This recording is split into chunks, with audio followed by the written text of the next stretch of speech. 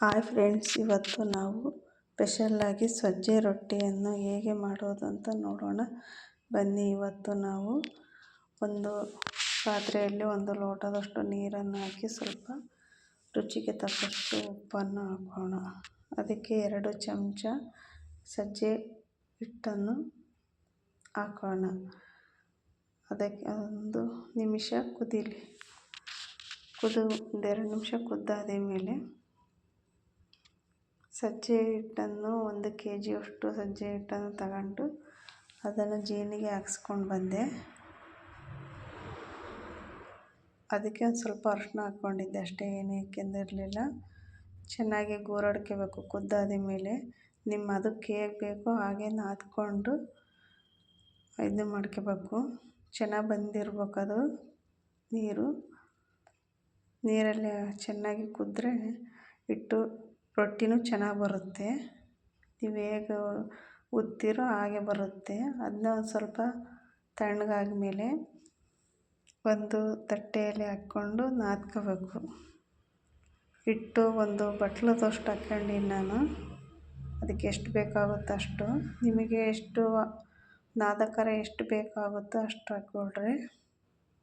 ನನಗೆ 1 ಬಟ್ಲದಷ್ಟು ತೊಗೊಂಡಿದ್ದೆ, ಅಷ್ಟಾದರೆ ಸಾಕು. ಸ್ವಲ್ಪ ಉದ್ದಕ್ಕಷ್ಟು ಅದಕ್ಕೆ ಆದರೆ ಸಾಕು. ಅದಕ್ಕೆ ತಕ್ಕಂಗೆ ನಾದ್ಕೊಳ್ರಿ. ಅದಕ್ಕೆ ನಾದ್ತದೇ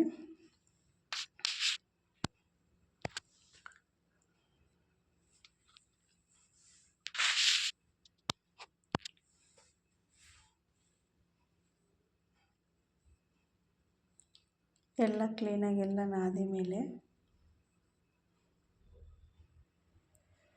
ತೆಳ್ಳಗಾಗೈತೋ ಹೇಗಾಗೈತೆ ಅಂತ ನೋಡ್ಕೊಂಡು ಬೇಕಾದ್ರೆ ಇನ್ನೊಂದು ಸ್ವಲ್ಪ ಹಿಟ್ಟು ಬೇಕಾದ್ರೆ ಹಾಕ್ಕೋಬೋದು.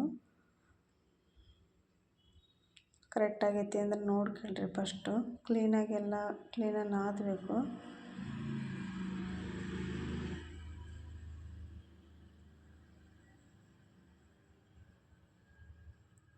ಎಲ್ಲ ನಾದಿ ಮೇಲೆ ಉದ್ದಕ್ಕೆ ಮಣಿ ಲತ್ತುಡಿ ಅದನ್ನ ತಗೊಂಡು ಹಂಚು ಕಾಸಕ್ಕಿಟ್ಟೀನಿ. ಹಂಚು ಕಾಸಕ್ಕಿಟ್ಕೊಂಡು ರೊಟ್ಟಿ ಬಡಿಯೋಕ್ಕೆ ನಿಂತ್ಕೋಬೇಕು. ಉಳ್ಳಿ ನಾದ್ಕೊಂಡು ಉದ್ದಕ್ಕೆ ಸ್ಟಾರ್ಟ್ ಮಾಡಿದ್ದೀನಿ.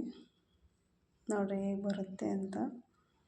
ಕ್ಲೀನಾಗಿ ಒಂದು ನಿಮಿಷ ತೊಟ್ಕೊಂಡು ಆಮೇಲೆ ಲತ್ತುಡಿ ತೊಗೊಂಡು ಉದ್ದಕ್ಕೆ ಸ್ಟಾರ್ಟ್ ಮಾಡಬೇಕು. ಉದ್ದಕ್ಕೆಲ್ಲ ಸ್ಟಾರ್ಟ್ ಆದಮೇಲೆ ನಿಮಗೆ ಎಷ್ಟು ಅಗಲ ಬೇಕಾಗುತ್ತೆ ತೆಳ್ಳಗೆ ಆ ಥರ ಉತ್ಕೋಬೇಕು. ತೆಳ್ಳಗಾಗಿ ಉದ್ದಿದ್ದೀನಿ. ಅದಕ್ಕೆ ಸ್ವಲ್ಪ ಎಳ್ಳು ಹಾಕ್ಕೊಂಡು ಕ್ಲೀನಾಗಿ ಅದ್ರ ಮೇಲೆ ಒಂದು ಸ್ವಲ್ಪ ಲತ್ತುಡಿ ಉದ್ದಬೇಕು. ಅದಕ್ಕೆ ಹಿಟ್ಟಿಗೆ ಅಂಟ್ಕೊಂತೈತಿ. ಹಂಚು ಕಾದಿದೆ, ಅದಕ್ಕೆ ಬೇಯಿಸೋಕೆ ಹಾಕಿದ್ದೀನಿ.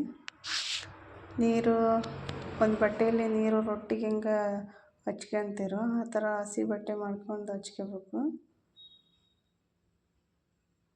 1 ನಿಮಿಷ ಕಾದ ಮೇಲೆ